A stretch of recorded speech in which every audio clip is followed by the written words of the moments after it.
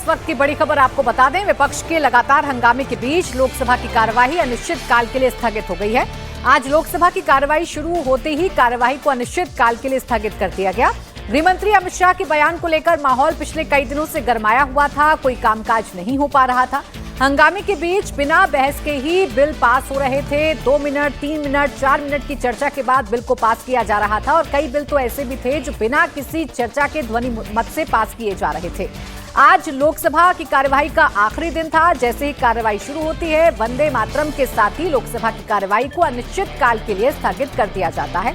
अगर आप कहेंगे कि लोकसभा में कितना काम हुआ, संसद की कार्यवाही में कितना काम हुआ, तो काम सिर्फ इतना भर हुआ कि विपक्ष हंगामा करता रहा। एक नैरेटिव की लड़ाई है जो सदन के अंदर देखने को मिली। विपक्ष अपना नैरेटिव सेट करने की कोशिश कर रहा था और सत्ता पक्ष बार बार ये यकीन दिलाने की कोशिश कर रही थी कि किसी भी मुद्दे से वो भाग नहीं रहे हैं, वो चर्चा के लिए तैयार हैं।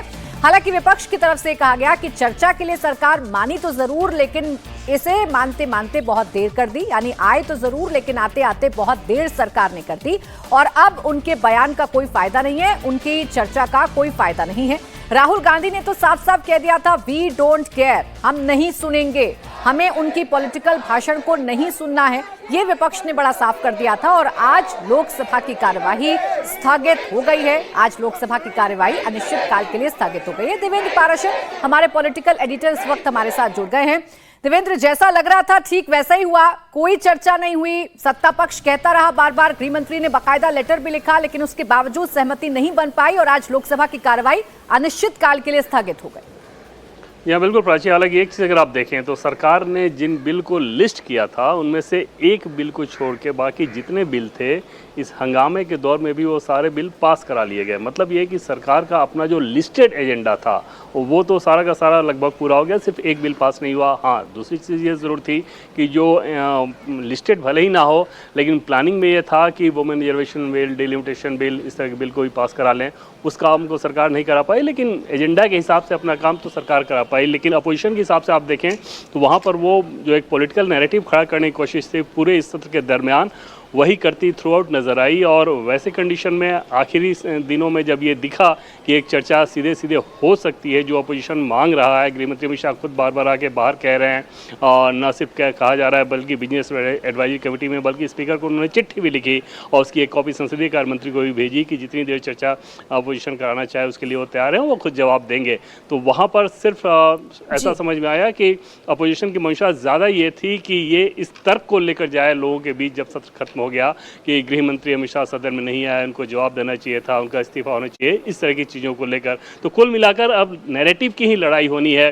सत्ता पक्ष लोगों के बीच ये समझाने में लगा हुआ है कि किस प्रकार से चर्चा कराने से राहुल गांधी खुद भाग रहे हैं, अपोजिशन के लोग भाग रहे हैं, और दूसरी तरफ अपोजिशन अपने आरोप पर कायम है। एक और तस्वीर जो आज देवेंद्र दिखाई थी, प्रधानमंत्री नरेंद्र मोदी, गृह मंत्री अमित शाह, कैबिनेट के तमाम मंत्री आज पार्लियामेंट में मौजूद थे और लोकसभा की कार्यवाही स्थगित होने से पहले वंदे मातरम गीत गाया गया।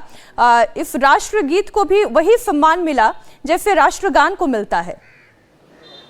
या निश्चित तौर पे उससे संबंधित तो ऑलरेडी एक बिल भी इस बार पास हुआ, जिसे दोनों सदनों ने पास ये किया कि अगर वंदे मातरम का किसी भी रूप में कोई अगर अपमान होगा तो उसी तरीके की सज़ा उसमें भी मिलेगी। तो उसको एक कानूनी जामा भी पहना दिया गया है। लेकिन अभी ज़्यादा दिलचस्प चीज़ ये रहेगा, ये देखना रहेगा कि अभी थोड़ी देर बाद जब स्पीकर के चैम्बर में सत्र खत्म होने के बाद जब सभी दल के नेता वहाँ मिलते हैं तो अपोजिशन के कौन कौन से लोग वहाँ जाते हैं तो क्या कुछ बातचीत होती है, तो वो एक तस्वीर ज़रूर आने की उम्मीद की जा रही है। अब वो तस्वीर इतने हंगामों के बाद कैसी होगी और जो बातचीत होगी वो किस प्रकार की होगी, उसके बारे में अंदाज़ा तो लगाया ही जा सकता है कि अगर बाहर इतनी ज़्यादा गर्माहट हो, हाउस के अंदर इतनी ज़्यादा गर्माहट हो, तो सत्र खत्म होने के बाद अगर स्पीकर के साथ कोई औपचारिक मुलाकात होती है तो उसमें कितनी गर्मजोशी रह पाएगी, उसके बारे में तो निश्चित तौर पर बहुत ज़्यादा उम्मीद नहीं की जा सकती। लेकिन बाकी उस पर नज़रें ज़रूर टिकी हैं कि अपोजिशन के कौन कौन से नेता वहाँ जाते हैं और बातचीत क्या होती है।